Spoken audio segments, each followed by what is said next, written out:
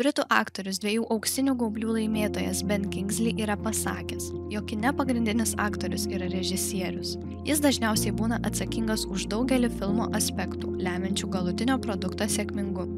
Viena esminių kino virtuvės sudedamųjų dalių – tai filmavimo technikos, kameros padėtis, judesiai, vėliau apipavidalinami kadrais tampančiais scenomis.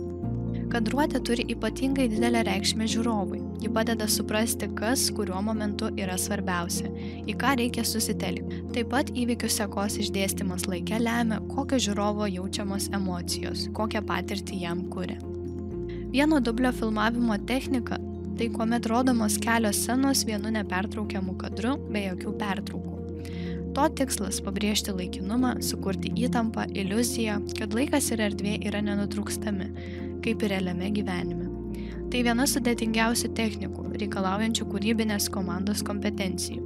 Nuo preciziško filmavimo iki aktorių gebėjimo nepertraukiamai įsijausti į vaidmenį.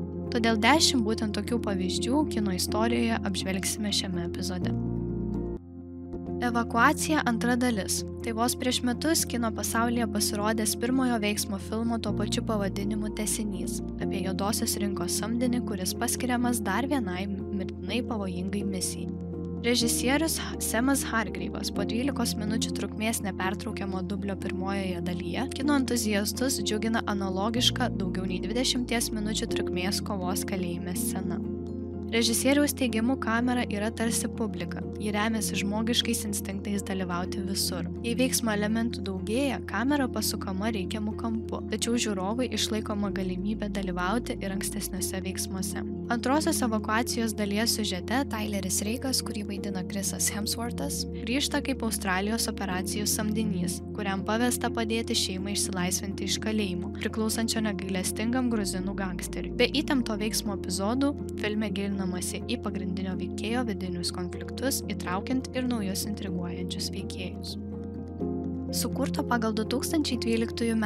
Anthony Johnstono ir Semo Harto komiksą Šalčiausias miestas, filmo Atominė blondinė veiksmas plėtojasi šnipų knibždančiame Berlyne 1989 metais prieš pat Berlyno sienos griūtį. Lorena Broughton, aukščiausio lygio agentė siunčiama į rytų ir vakarų suskaldytą miestą, kad gautų slaptų dokumentų rinkinį, kuriame yra dvigubų agentų pavardės, bei ištirtų kolegos agento nužudymą. Siužetas kupinas pavojų ir įtampos, nes KGB, CŽV ir kitos tuometinio saugumo organizacijos siekia tos pačios informacijos. Įtampos kupinoje atominėje blondinėje 8 minučių muštynių scena vyksta laiptinėje. O pagrindinė veikėja Lorena, kurią vaidina Charlize Theron, kovoja su nuožmiais priešininkais. Režisierius atskleidė, kad scenoje iš tikrųjų yra keletas paslėptų kadro kirpimų, tačiau redakcinis darbas išlieka nepriekaištingas. Techniškai filmo seka susideda iš beveik 40 atskirų kadrų, diskretiškai sujungtų, kad atrodytų kaip vienas. Filmo režisierius Davidas Leitchas dar 2017 metais užsiminė, kad jį įkvėpė 2006 metų filmas Children of Men, kuris taip pat bus pristatomas šiame epizode. Boksininko istorija Krydas gimęs kovoti išsiskiria įspūdinga ringo kovos scena, kuriai nebuvo atliekamas joks koregavimas. Kaip teigia kino operatorė Maris Alberti, režisierius Ryanas Coogleris labai norėjo likti realybės sferoje ir sutelkti dėmesį į boksininkus ringe. Būtent čia veikėjai lieka vieni, neturi ką atsiremti, o norint perteikti emocijas, nereikia pasikliauti vien filmo montažu. Tai istorija pasakojanti apie legendinio Rockio Balboa gyvenimą po šlovingos karjeros pabaigos. Bokso veteranas vadovauja italų restoranui ir kovoja su vėžiu, tačiau viskas pasikeičia sutikus velionio draugo ir buvusio varžovo Apollo Creedo įvaikintą jaunuolį, kuris trokšta tęsti tėvo pasiekimus, tai pagerbdamas jo atminimą. Šis susitikimas paskatina bokso dinozaurą padėti jaunajam sportininkui. Filme yra daug nuorodų į ankstesnes istorijas apie Rocky. Ekrane susitikę kino legendų Sylvesteris Stallone ir Michaelas B. Jordanas savo vaidmenimis įkūnijo palikimo, tapatybės ir asmeninės kovos temas. 2014 metais pradėtas filmuoti HBO serialas Tikras detektyvas išsiskiria pritrenkiančia vaidyba, puikiais dialogais, tamsiais istorijų vingiais, narpliojančiais ne tik serijinių žudikų pėdsakus, bet ir pagrindinių serialo veikėjų gyvenimus. Sukuria grandininę reakciją, nuo kurios pašiurpsta oda ir sulėtėja kvėpavimas. Pirmojo sezono 4 serijoje Who Goes There narkotikų operacijos scena dar vienas nepertraukiamo kadro pavyzdys. Nepaisant filmavimo įtempto tvarkaraščio ir riboto biudžeto, serialo režisieriaus Kerry Fukunagos teigimu, 6 minučių nepertraukiamo dublio tikslas yra sceną prisotinti įtampą ir leisti žiūrovams kartu su veikėjais ištverti jų skausmą ir sunkumus. Taip pat yra vienas pagrindinių veikėjų Rustas Kaulas, kuris apsimetęs gaujos nariu įsitraukia į smurtinę narkotikų vagystę. Apiplėšimas baigėsi nesėkmingai ir veda prie chaotiško ir beviltiško pabėgimo. Serialas Tikras detektyvas dažnai gilinasi į egzistencinės ir filosofinės temas, tyrinėdama žmogaus būklę, blogio prigimtį ir moralės sudėtingumą. 1917 balandis. Trumpo atokvėpio valandėlę pavasariškai pražydusioje pievoje 2 jauniems eiliniams Schofieldui ir Blake'ui nutraukė komanda, reikalaujanti kuo greičiau žygiuoti į štabą. Kadangi su vaikinais nori pasikalbėti specialiai čia atvykęs generolas Erinmoras, vadinasi, atsitiko kažkas ekstremalaus. Bus sugadintas savaitgalis, nusiskundžia vienas karių, dar nenutuokiantis, koks tas savaitgalis iš tikrųjų bus. Režisierius Semas Mendesas ir operatorius Rodžeris Dikinsas juostą 1917 pranoko patį save, nes šią karinę dramą nufilmavo vieno kadro principu, įterpiant auditorijai visiškai nepastebimus kirpimus sprogimų ar šūvių metu. Režisierius Sam Mendes parodo, ką itin įtemptos misijos metu mato 2 kareiviai, ir kartais operatorius pasuka kamerą, kad galėtume pamatyti, kaip jie tai mato. Įspūdinga scena - 2 vaikinų bandymas padėti priešui, sužeistam karinio lėktuvo pilotui vokiečiui, kuris pasirodo nepaiso moralės ir mainais už pagalbą vieną iš 2 vaikinų pasmerkė pražūčiai. 1917 siužete 2 kariai paskiriami lenktyniauti su laiku ir perduoti žinią, kuri neleis 1600 vyrų patekti tiesiai į mirtinus postus. Kūrinys nukelia žiūrovus į tragišką Pirmojo pasaulinio karo laikmetį, simbolizuoja beprasmiškumą, pabrėžiant asmeninės atskirų karių istorijas. Neįmanoma misija - atpildo diena. Tai 6 dalis tęsianti neįmanomos misijos sagos epizodus.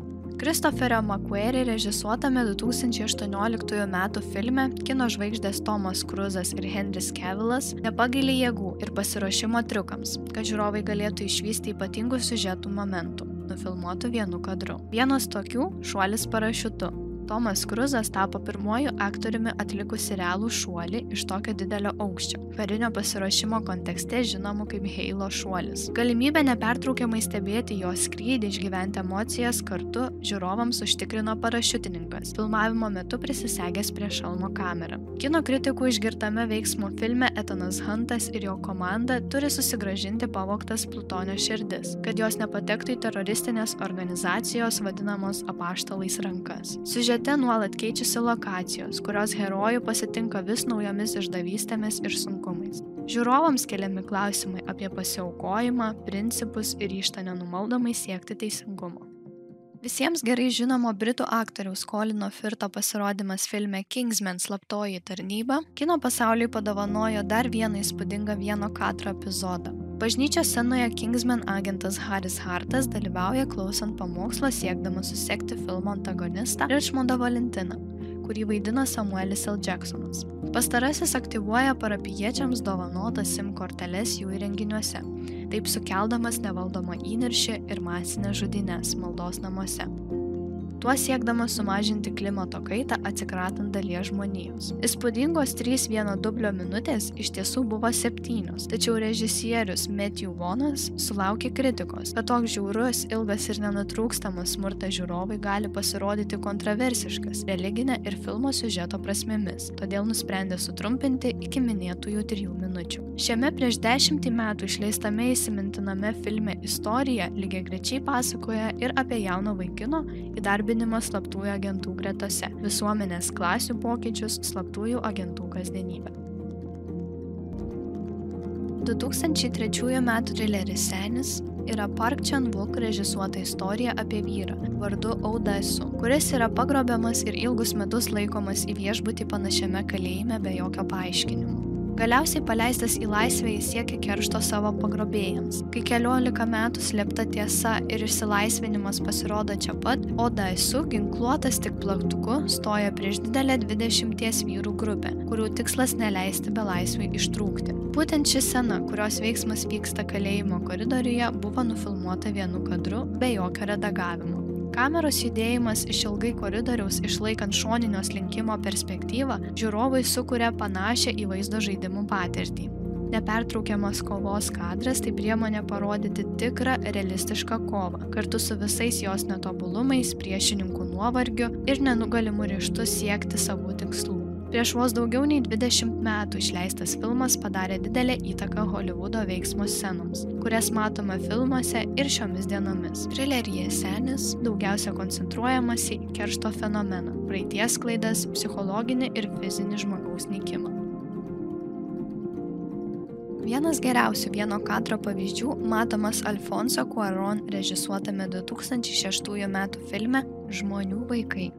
Nors filme yra ne vienas toks epizodas, kino kritikai išskiria būtent automobilio sceną. Po 18 metų žmonijos nevaisingumo, Julian kartu su buvusiu vyru Theo veža pabėgėlę merginą į nevaisingumą bandantį išgydyti centrą. Ekipaže ir daugiau žmonių, kad būtų užtikrintas merginos galinčios išgelbėti ateitį saugumas. Kamera vis krypsta į kiekvieną veikėją, kol sustoja ties buvusią porą. Vidutiniškai stambus jų planas apgauna žiūrovus, leisdamas atsipalaiduoti. Tačiau kameros posūkis į vairuotoją auditoriją staiga sukrečia neišvengiamą grėsmę veikėjų gyvybėms, kai įtūžusi minia bando užkirsti kelią automobiliui. Filme, kurio veiksmas vyksta 2027 metais, vaizduojamas niūrus distopinis pasaulis, kuriame dėl žmonių nevaisingumo žmonija atsidūrė ant žlugimo slenksčio. Pasaulį kamuoja nesustabdomas autoritarinis valdymas, pabėgėlių krizė, ideologiniai karai, kuriuos kartais nušviečia rytojaus viltis. Pasaulį užkariavusiame ir kvapą gniaužiančiame HBO seriale Sostų karai dažnai vaizduojami žiaurūs mūšiai ir išsamūs smurto aktai, įskaitant smurtą prieš vaikus ir moteris, taip pat daugybė nuogybių ir seksualinio gyvenimo be tabų. Pastarasis vaizduojamas ypač keistai bei detaliai aptariant kraujomaišą, neištikimybę ir prievartavimą. Begalė žmonių prikaustęs ir 272 kino apdovanojimus pelnęs HBO perlas džiugina mus vieno dublio scenų kontekste. 6 sezono 9 serijoje pavainikių mūšyje žiūrovai stebi epinę Jono Snow ir Ramsay Boltono konfrontaciją dėl Winterfello kontrolės. Jonas vadovauja armijai, kurią sudaro laukiniai, slėnio riteriai ir kiti šiaurės sąjungininkai, o Ramsay vadovauja Boltono namų pajėgoms, kurias papildo kiti jam ištikimi šiaurės atstovai. Pagrindinis veikėjas kovoja chaotiškame mūšio lauke, užfiksuodamas viduramžio karo intensyvumą ir dezorientaciją. Kamera sklandžiai seka Džoną, išryškindama jo atsparumą ir ryžtą didžiulio chaoso ir pavojų metu. Šis nepertraukiamas kadras panardina žiūrovai nenumaldomą mūšio žiaurumą. Režisieriaus Migelio Sapočniko teigimu, jam buvo ypač įdomu pavaizduoti siaubą ir sėkmės reikšmę mūšiuose, kurių kiekvienas yra ypač svarbus kovojant dėl sostų. Bene geriausias visų laikų serialas pasakoja apie kilmingų šeimų kovą dėl valdžios išgalvotose žemynuose, artėjant galimam ir beveik neišvengiamam Armagedonui, paslaptingų negyvėlių armija valdančių būtybių keliamai grėsmei žmonijai. 10 išskirtinių kino ir televizijos veiksmo scenų nufilmuotų vienu kadru apžvalgą jums parengė kinomanija.lt. Nepamirškite prenumeruoti mūsų kanalo YouTube platformoje ir sekite kinomanija.lt naujienas socialiniuose tinkluose. Patirkite kino magiją, o mes atsisveikiname iki kitų kartų.